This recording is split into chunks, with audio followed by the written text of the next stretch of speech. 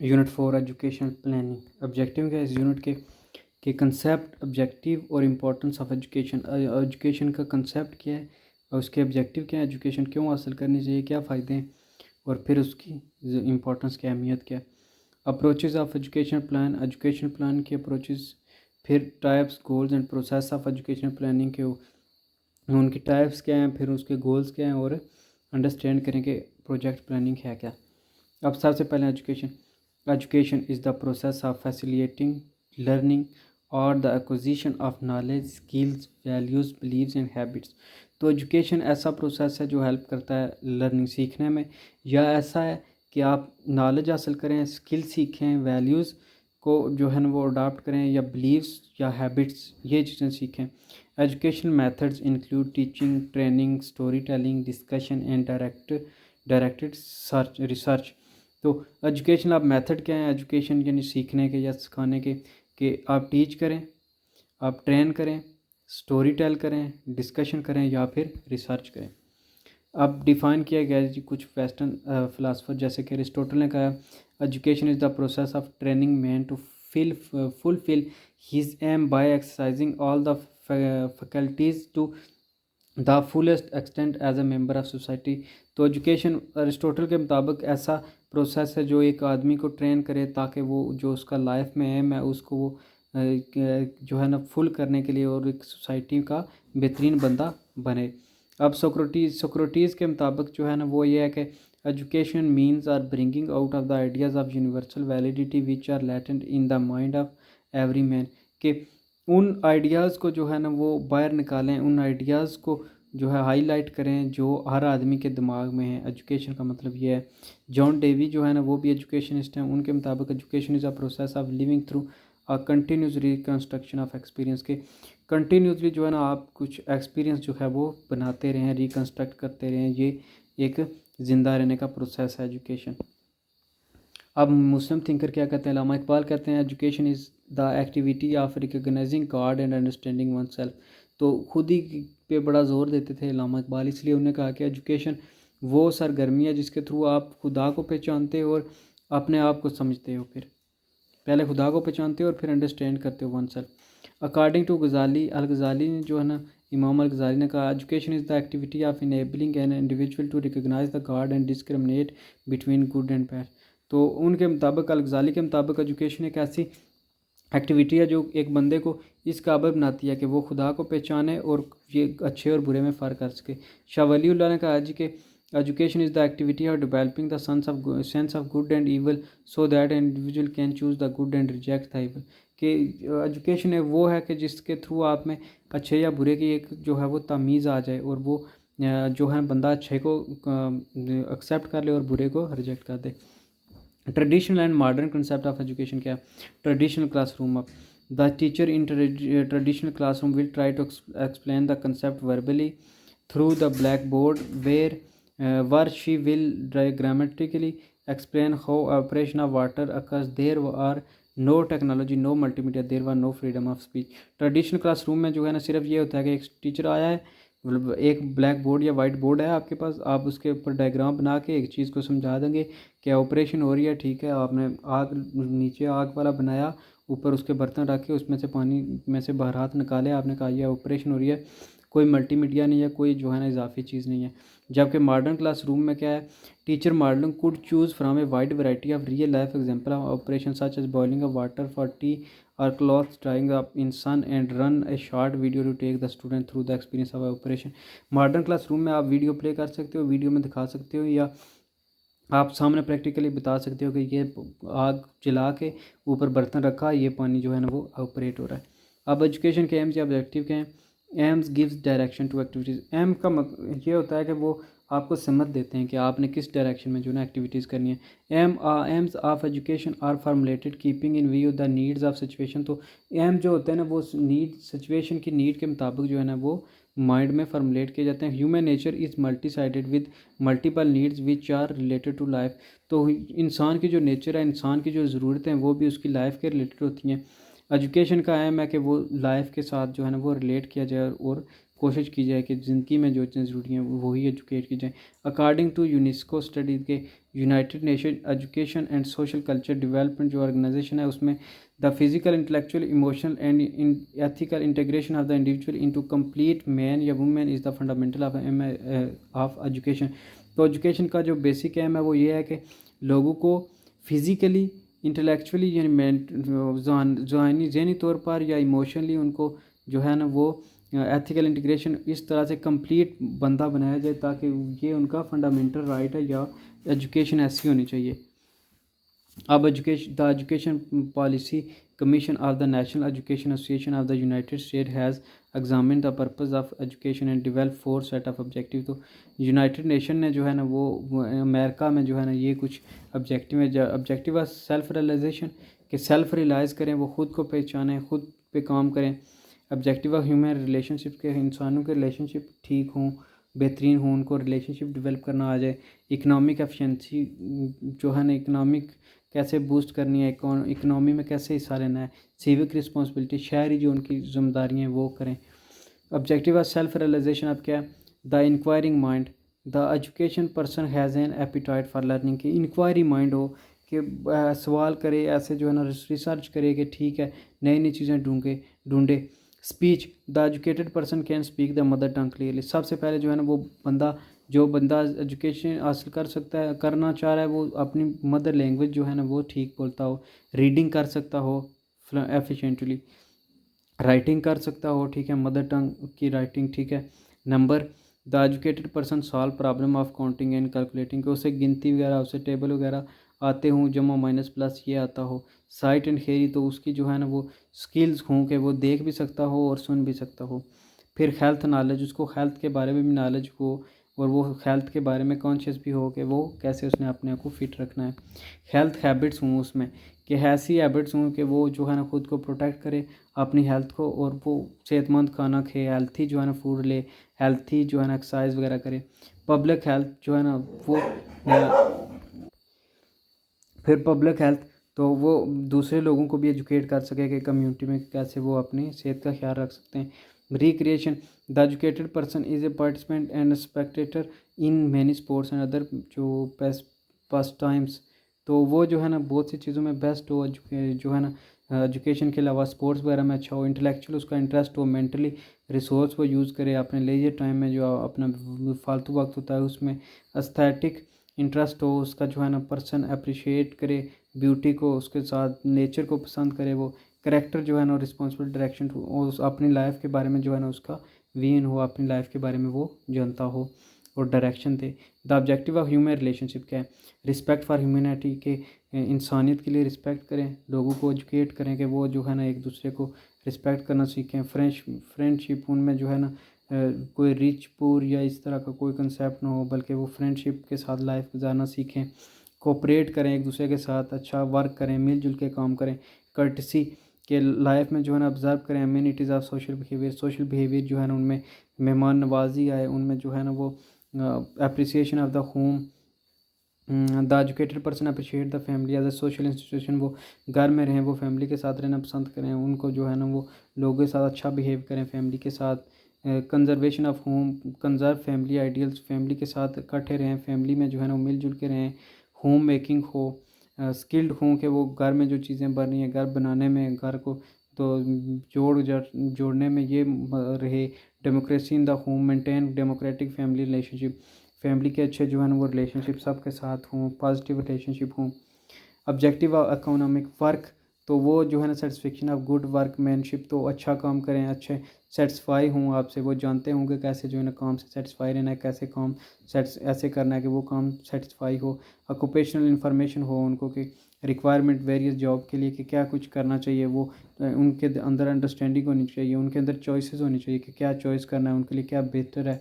फिर जो है ना producer succeed in his chosen vocation, और वो इस काबिल भी हों कि वो जो उन्होंने चूज़ किया वोकेशन में वो कामयाब हो, एडजस्टमेंट कर सकते हो, मेंटेन और इम्प्रूव करें एफिशिएंसी को, ऑक्यूपेशनल अप्रिशिएशन हो, सोशल वैल्यूज़ हो, वर्क वगैरह करना जानते हों। सिविक रिस्पॉन्सिबिलिटी क्या है? सोशल जस्टिस हो, हर एक के साथ जो है ना वो सेंसिटिव हों और वो जस्टिस को जो है ना इंपॉर्टेंस दें और कोशिश करें कि जो है ना जस्टिस को डेवलप किया जाए। सोशल एक्टिविटी में जो है ना citizen act to correct unsatisfactory conditions, तो सोशल एक्टिविटीज़ जो हैं वो ऐसे करें कि जो है ना हर चीज़ को करेक्ट किया जाए। अगर कोई चीज़ नहीं करेक्ट हो रही, रॉन्ग हो रही है, तो उसके ख़िलाफ़ जो है ना वो प्रोटेस्ट करें, उसको रॉन्ग के हैं। सोशल अंडरस्टैंडिंग होनी चाहिए, एक दूसरे को समझें, स्टडी करें, स्ट्रक्चर करें। फिर क्रिटिकल जजमेंट होनी चाहिए, ताकि जो है ना कोई प्रोपेगेंडा हो रहा हो, कोई जो है ना डिफेंस अगेंस्ट प्रोपेगेंडा अगर कोई साजिश हो रही हो तो उसके समझ सकें। टॉलरेंस होनी चाहिए, एक दूसरे के लिए रिस्पेक्ट होनी चाहिए। कोई एक अगर मिसबिहेव करता है तो दूसरा भी मिसबिहेव न करे। कंजर्वेशन करें कि citizen has a regard for the nation. Resource के लिए जो है ना जैसे पानी को बचाएं, आग को, बिजली को बचाएं, इस तरह पेट्रोल को बचाएं।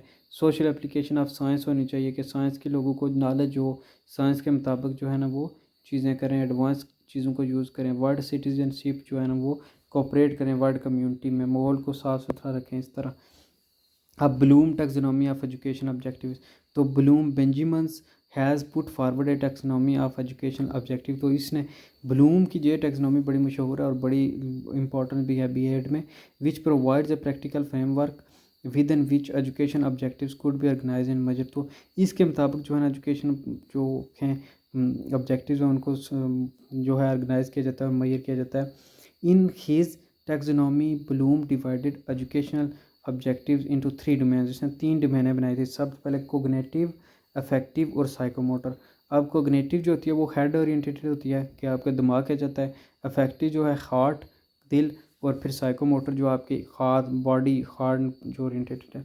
अब ये होता है, सबसे पहले इसमें क्या होता है जी कि नीचे है नॉलेज, कि एबिलिटी करें कि आप नॉलेज कितना गेन कर सकते हैं और कैसे उसको रिकॉल कर सकते हैं। फिर comprehension, ability to show basic understanding, कि आपको अंडरस्टैंडिंग कितनी है। फिर एप्लीकेशन, आप उसको अप्लाई करो। फिर सेंसिस होता है the ability to create something new, कि सेंसिस का मतलब होता है कुछ चीज़ बनाना है। तो इवैल्यूएशन का मतलब है फिर जायज़ा करना। तो और फिर एनालिसिस का मतलब है कि उस चीज़ों को ब्रेकअप करना और लॉजिकली उनको समझना। अब ये ब्लूम की टैक्सोनॉमी है, इसमें बेसिकली स्टेप वही हैं, 3 ही हैं कि आपने जो है ना कॉग्निशन, ठीक है, फिर जो है ना अफेक्टिव और साइकोमोटर। तो अब जो है ना उसमें ब्लूम में फिर जो है ना एंडरसन और जो है ना क्राथवोल ने जो है ना कुछ चेंजेस किए हैं। लेकिन 1956 में जो ब्लूम ने दी थी उसमें सबसे पहले था नॉलेज, ठीक है, आप जो गेन करते हो। फिर कंप्रेंशन, आप जो है ना उसको अंडरस्टैंड करते हो। फिर अप्लाई करते हो, फिर उसको एनालाइज करते हो। फिर सेंसेस जो चीज़ बनाते हो आप, और फिर एवेलुएट जायज़ा लेते हो। जबकि 2001 में जब उसको जो है ना वर्क फॉर्म में किया गया, तो फिर सबसे पहले रिमेंबर जो चीज़ें आपने याद की, फिर अंडरस्टैंड की, यानी उसी को जो है ना उसकी असल फॉर्म लिखेगी, बस उसकी जो है ना वो ट्रांसलेशन और कुछ जो है ना उसको थोड़ा मॉडिफाई किया गया। चीज़ें नहीं, उसी के जो है ना वो सिनोनियम ही ऐड कर लिए गए। फिर अप्लाई कर लिए गए, एनालाइज, एवेलुएट और क्रिएट। तो अफेक्टिव डोमेन में आप क्या आते हैं, फीलिंग्स, इमोशन एंड बिहेवियर, जो दिल से आप चीज़ें फील करते हो, ठीक है। इसमें आप क्या स्टूडेंट रिसीव क्या कर रहे हैं जी, student become aware of an attitude, behaviour और वैल्यू। इसमें स्टूडेंट रिसीव देखते हैं कि जी का सामने वाले का बिहेवियर कैसा है, वो एटीट्यूड कैसा और वैल्यू कैसी है। फिर रिस्पॉन्ड करते हैं स्टूडेंट अपने लिहाज से कि जब उनके साथ कोई एटीट्यूड, बिहेवियर या उस वैल्यू के साथ वो कैसे करना है। फिर वैल्यूइंग में क्या करते हैं, स्टूडेंट रिकग्नाइज करते हैं वैल्यू और डिस्प्लेस करते हैं कि डिस्प्ले करते हैं फिर अपनी इन्वॉल्वमेंट। ऑर्गेनाइजिंग में क्या करते हैं, स्टूडेंट अपने बिहेवियर को ऑर्गेनाइज करते हैं और प्रायोरिटी देते हैं कि वो किस चीज़ को जो है ना वो पहले बिहेव करेंगे, कौन सा एटीट्यूड शो करेंगे। करेक्टराइजिंग और करेक्टराइज करते हैं फिर वैल्यू और स्पाइट ऑफ कम्फर्ट, डिसकम्फर्ट या कॉस्ट क्या है, इस तरह जो है ना वो स्टूडेंट पर्सन करेक्टर के हिसाब से। साइकोमोटर्स, आप जो मैनुअल काम आप करते हो, सबसे पहले ऑब्जर्व करते हैं स्टूडेंट कि क्या जो है ना उन्होंने देखा है क्या। फिर मॉडल करते हैं, रेप्लिकेट करते हैं उसको, यानी मॉडल बनाते हैं उसके मुताबिक कि हमने ये देखा है। फॉर एग्जाम्पल कोई डांस आप देख रहे हो, फिर आप जो है ना उस हिसाब से हाथ को लहराते हो। फिर रिकगनाइज करते हैं स्टैंडर्ड्स क्या है, ठीक है, क्राइटेरिया या उस परफॉर्मेंस स्किल के लिए आप करेक्टली कर पाओगे यानी करेक्ट करते हैं। फिर एवेलुएट करते हैं अपनी परफॉर्मेंस को, बार बार चेक करते हैं, शीशे में देखते हैं, या आपने राइटिंग ठीक करनी है तो आप बार बार देखते हो कि कैसे वो बंदा ए कैसे डाल रहा है, बी कैसे डाल रहा है। फिर आप उसे अप्लाई करते हो रियल लाइफ में और फिर कोच परफॉर्म करते हो स्किल को सिचुएशन के लिहाज से। अब अप्रोचेस क्या हैं एजुकेशन प्लानिंग में, 4 मेजर अप्रोचेस हैं एजुकेशन प्लानिंग में। सोशल डिमांड अप्रोच है, सोशल जस्टिस है, रेट ऑफ रिटर्न है और मैन पावर है। सोशल डिमांड क्या है, अब इसमें सबसे पहले एस्टिमेट किया जाता था proportion of student completing school education and are likely to enter into higher education. सबसे पहले ये एस्टिमेट किया जाता है कि कितने स्टूडेंट जो है ना उनने स्कूल एजुकेशन को कंप्लीट कर लिया और आप हायर एजुकेशन के लिए क्वालिफाई कर गए।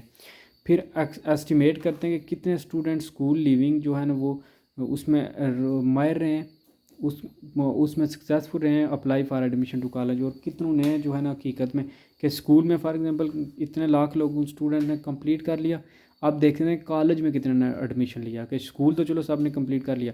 फिर आप डिटरमिन करते हैं कि many applicant should be given admission to higher education. फिर आप जो है ना ये डिटरमिन करते हैं कि जो है ना ज़्यादा से ज़्यादा जो लोगों ने, जिन स्टूडेंट ने दरख्वास्तें की हैं, उनको जो है ना वो एडमिशन मिल जाए हायर एजुकेशन में। आप फिर लेंथ और ड्यूरेशन ऑफ स्टडी को जो है ना डिटरमिन करते हो कि लेंथ कितनी है स्टूडेंट्स की, ठीक है ना, क्लास कितनी है, स्ट्रेंथ वगैरह, और फिर आप कितनी लेंथ यानी कितने महीने लगेंगे एक सेमेस्टर को, 4 महीने 5 महीने, और ड्यूरेशन कितनी है, 4 पीरियड है 5 पीरियड है, ठीक है, इस तरह। social demand of this approach is more prevalent in those society which favor traditional culture values, where decisions are taken on the basis of public opinion, and in societies where the social environment is generally pessimist in nature।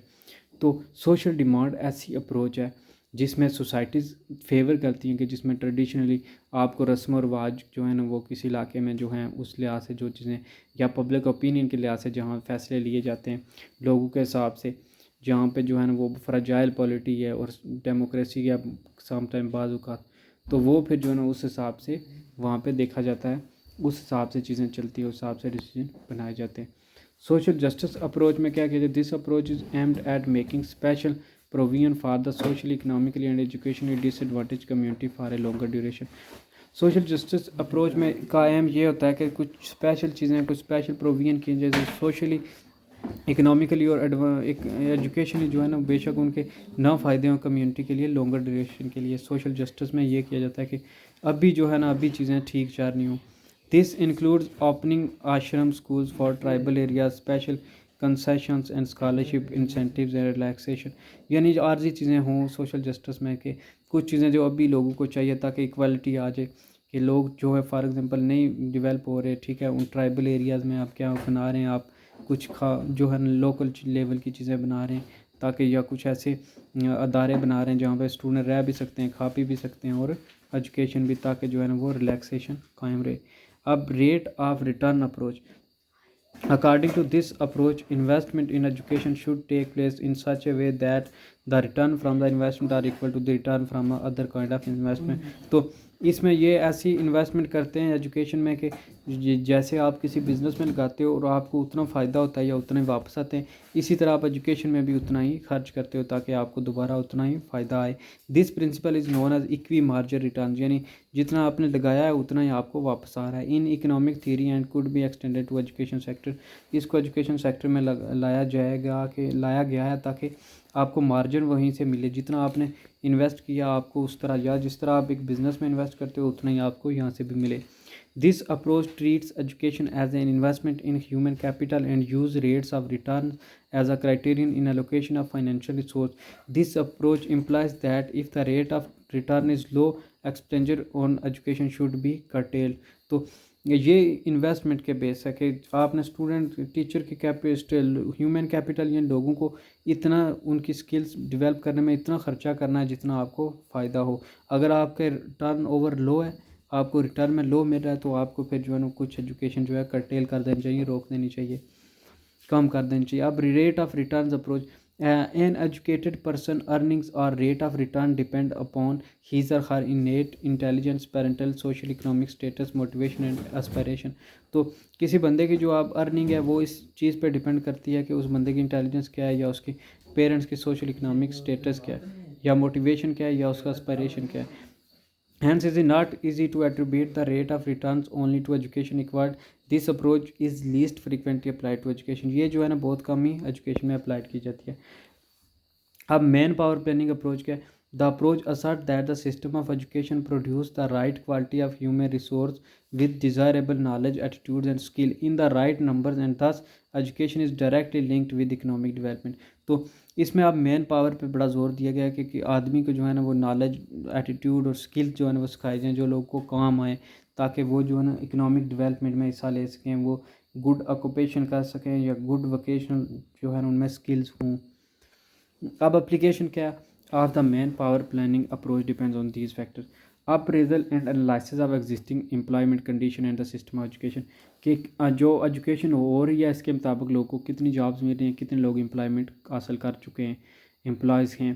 तो उससे फिर planning the system of education with the man power needs of the economy के आदमी को जो है ना economy को आदमी चाहिए ताकि जो है ना वो डिवेल्प हो सके। Using the financial resource in an optimum ways हो फुलफिल द डिमांड। तो फाइनेंशियल अमाउंट को इस तरह यूज़ किया जाए ताकि जो है वो अमाउंट को फिल कर सकें, वो जो नीड्स हैं उनको फिल कर सकें, जो डिमांड्स हैं उनको फिल कर सकें। Wastage or account unemployment employment sector में जो है वो काम किया जाए, लोगों को मोस्टली एम्प्लॉयमेंट मिले, मैन पावर को डेवलप किया जाए। आप rose number of student enrols को जो है ना वो इंक्रीज़ किया जाए, और जो number of existing teacher and their qualification enrolment in teacher education institution. तो देखा जाए कि कितने जो है ना वो इनरोल हैं स्टूडेंट्स, कितने टीचर हैं वहाँ पे, फिर वहाँ पे इंफ्रास्ट्रक्चर, बिल्डिंग्स, इक्विपमेंट सब को जो है ना देखा जाए, उनको फैसिलिटीज़ मुहैया की जाए लोगों को जो है, ताकि वो डेवलप हो सकें, ताकि वो उनके अंदर मैन पावर यानी कैपिटल वो सीख सकें, वो वोकेशनल चीज़ें सीख सकें, स्किल्स सीख सकें। फिर जो है ना रिगार्डिंग ऑक्यूपेशनल उनमें professional qualification for employees their level of training and abilities should also be assess. तो उनकी असेस करनी चाहिए कि वो किस काबिल हो गए हैं, किस लेवल की उनकी एजुकेशन है, किस लेवल की उनके प्रोफेशन में है। फिर एजुकेशन प्लानिंग अब क्या है? Planning refers to the act of deciding in advance what is to be done, how and when to be done, where and who is to be done in order to achieve the goals और objectives are the system. तो planning एक ऐसी technique है जिसमें यह फैसला किया जाता है कि आपने क्या करना है, what is to be done, how कैसे करना है, एंड व्हेन और कब करना है। ये चीज़ें आप पहले से डिसाइड कर लेते हो कि कहाँ करना है और किस ने करना है और किस पे होगा। तो ये ताकि जो है ना ये चीज़ें एजुकेशन प्लानिंग में आती हैं, ताकि जो है ना वो हेल्प कर सकें आपको गोल अचीव करने में। Is the process of setting out in advance strategy policies procedure programmes and standard through which an education objectives can be achieve. तो आप पहले से ही प्रोसेस वगैरह कर लेते हो, आप पहले से ऑब्जेक्टिव सेट कर लेते हो जो है ना, ताकि जो चीज़ें हमने हासिल करनी है। गोल ओरिएंटेड होता है और गोल ओरिएंटेड होता है और ये डायरेक्टेड होता है ताकि आप जो है ऑब्जेक्टिव अपने हासिल कर सकें। अब टाइप्स क्या है एजुकेशनल प्लानिंग की? इम्परेटिव और सेंट्रलाइज्ड प्लानिंग है, इंडिकेटिव है, इंटेग्रेटेड है और सेक्ट ओरल प्लानिंग है। अब इम्परेटिव है, under this type of planning economic decision are made through a central planning authority instead of market system. इसमें मार्केट सिस्टम नहीं देखा जाता, बल्कि एक बंदा सेंटर प्लानिंग से सेंटर से प्लानिंग की जाती है कि ऐसा आपने करना है। वो एलोकेशन करता है रिसोर्सेज की, मिक्स करता है आउटपुट और distribution output among the people are determined centrally in accordance with the predetermined plans and target. तो पहले से जो होते हैं ना प्रॉब्लम या उनको देख के वो फिर चीज़ें डिसाइड करता है। एक अथॉरिटी होता है, एक सिंगल बंदा। इसमें comprehensive as it include the entire facts of जो है ना वो एन इकानमी। तो ये एक इकानमी के तमाम जो है ना उनको फैक्ट को देखता है और फुल कंट्रोल होता है, जो रिसोर्सेज आपके ऊपर आपके पास अवेलेबल हैं। फिर ये इम्प्लीमेंटेशन देता है कि कैसे आपने जो है ईजीली इफेक्टिव करनी है। ये इंडिकेटिव में क्या है या लोकल लेवल प्लानिंग में ये this type of planning is done at the local level और at the grass root level of the society. बिल्कुल बेसिक लेवल पे करते हैं, लोकल लेवल पे। Local people determine priorities, local लोगों की क्या क्या जो है ना वो तरजीहात हैं, क्या क्या चीज़ों को तरजीह देते हैं, उस पर देखा जाता है। फिर उनकी projects with the help of experts, उनके पास जो एक्सपर्ट होते हैं वो प्रोजेक्ट को डील करते हैं। फंड्स किए जाते हैं ताकि जो है ना लोकल गवर्नमेंट्स ताकि इन प्रोजेक्ट को जो है ना डील किया जाए। पाकिस्तान ने इस तरह की जो है ना वो स्टार्टिंग की है, ताकि इसीलिए वो ज़िला नाज़म और जो है ना वो तहसील नाज़म इस तरह की चीज़ें वो आई हैं। अब इंटीग्रेटेड प्लानिंग में क्या है? Integrated planning is sustainable approach to planning that builds relationship alliance the organisation emphasises preparedness for change. तो इसका मतलब होता है कि सस्टेनेबल जो है ना अप्रोच की जाए एजुकेशन, तो रिलेशनशिप बिल्ड किए जाए, अलाइन किए जाए जो है ना ऑर्गेनाइजेशंस को, और एम्फसाइज़ किया जाए कि ताकि लोगों को लाइफ के लिए चेंज है उसके लिए जो है ना प्रिपेयर किया जाए कि जो चेंजेस आती हैं। All sector of the academy, ये जो है ना तमाम सेक्टर ऑफ अकेडमी अप्लाई होती है एकेडमिक अफेयर्स में, स्टूडेंट अफेयर्स में, जो भी अफेयर्स हैं, business, finance, economy, development, communication, उन सब में इंटीग्रेटेड जो प्लानिंग है वो यूज़ होती है। Stakeholder, faculty, student, staff, alumni and external partner सब में जो है ना हो रही है। फिर जो है ना alliance higher education plan both vertically and horizontally. तो इसमें वर्टिकली जो होता है ना from mission to ground operation, और जो हॉरिजॉन्टली है कि स्कूल्स और फिर डिपार्टमेंट्स वगैरह में जो होता है। सेक्टोरल प्लानिंग क्या है? Sectoral Plans are developed on the base of comprehensive plans by sectoral ministries or responsible organization at all level. अब इसमें जो है ना सेक्टोरल लेवल पे जो हो रही है ना, जो सेक्टोरल लेवल पे जो मिनिस्ट्रीज़ हैं वो जो है ना रिस्पॉन्सिबल हैं इस तरह की प्लानिंग के लिए। अब ये ऊपर से हो रही है तो जाहिर सी बात है इसमें सबसे पहले agreed with horizons of appreciate comprehensive plan with programme and forecast social economic planning. इसमें वो सोशल इकोनॉमिक प्लानिंग जो है देखते हैं कि ठीक है माशरती निज़ाम क्या है, माशी निज़ाम क्या है, ठीक है, माशरती और माशी निज़ाम से हो रही हैं ये प्लान जो है ना, ये डेवलप हो रहे हैं, लीगली फिक्स्ड होते हैं और क्योंकि वहीं से होते हैं, ऑर्डर देते हैं एक किस्म का वो। तो फाइनेंस जो है ना, स्टेट फाइनेंस देखते हैं, फिर लोकल फाइनेंस कैपेसिटी देखते हैं। इसमें सेक्टोरल जो होते हैं वो प्रोजेक्ट्स वगैरह बनाते हैं कि ये प्रोजेक्ट करना है, फिर सोशल इंफ्रास्ट्रक्चर इस तरह जो है ना वो कायम करना है, इस तरह डेवलप करनी है, चीज़ों को इस तरह लेके आगे चलना है। फिर प्रोसेस क्या आप डिटर्मिन करें हाउ, सबसे पहले डिटर्मिन करें how you will do planning, आप प्लानिंग कैसे करेंगे, ठीक है। फाइनलाइज करें रिक्वायरमेंट, आपकी रिक्वायरमेंट जो है ना उनको आप हमारी ये रिक्वायर है उनको फाइनल करें। फिर एक प्रोजेक्ट करें, स्कोप स्टेटमेंट दें कि ये प्रोजेक्ट ऐसा हमने बनाना है। फिर डिटर्मिन करें व्हाट टू परचेज, आप फिर सोचेंगे आपने क्या ख़रीदना है वो आप फैसला करें। फिर डिटर्मिन द टीम देखेंगे आपको कौन सी टीम चाहिए, किस तरह की टीम चाहिए, कितनी कौन कौन से एक्सपर्ट लोग चाहिए। Create work breakdown structure and work breakdown strategy, कि काम को जो है ना छोटे छोटे हिस्सों में कैसे डिवाइड करके फिर लोगों को काम देना है और काम कंप्लीट करवाना है। क्रिएट एक्टिविटी लिस्ट बनाए कि कौन कौन सी एक्टिविटी हमने करवानी है। क्रिएट नेटवर्क डायग्राम बनाएं कि ये हमारा नेटवर्क होगा और इस तरह चलेगा। एस्टिमेट करें रिसोर्स रिक्वायरमेंट्स के आपकी क्या क्या रिसोर्स हैं, क्या क्या रिक्वायरमेंट्स हैं, उनको एस्टिमेट करें। Estimate the time and cost, फिर एस्टिमेट करें कि आपके पास टाइम कितना की कॉस्ट कितनी है। डिटर्मिन करें क्रिटिकल पाथ जो है ना वो डेवलप करें, स्केजुअल डेवलप करें, बजट डिटर्मिन करें, quality standards procedures and matrix. फिर जो है ना बजट डेवलप करेंगे, आपके पास बजट कितना है, फिर आपने क्वालिटी या स्टैंडर्ड कौन से रखने और प्रोसीजर या मैट्रिक्स आपके क्या। Determine are roles and responsibility, फिर आप डिटर्मिन करेंगे तमाम जो रोल्स हैं और रिस्पॉन्सिबिलिटी लोगों की क्या क्या आएगी। कम्युनिकेशन का सिस्टम प्लान करेंगे, आप कम्युनिकेट कैसे करेंगे, एक दूसरे से रब्ता कैसे रखेंगे। फाइनलाइज करेंगे कि आप how to execute and control, कि कैसे आपने जो है ना चीज़ें करनी और कैसे उनको कंट्रोल करना है। प्लान करें मैनेजमेंट के लिए, गेन करें formal approval of the plan के आपने कैसे जो है ना वो प्लान को अप्रूव करवाना है। फिर होल्ड करें कि काफ़ी मीटिंग्स आपने कैसे अरेंज करनी है, क्या कुछ करना है।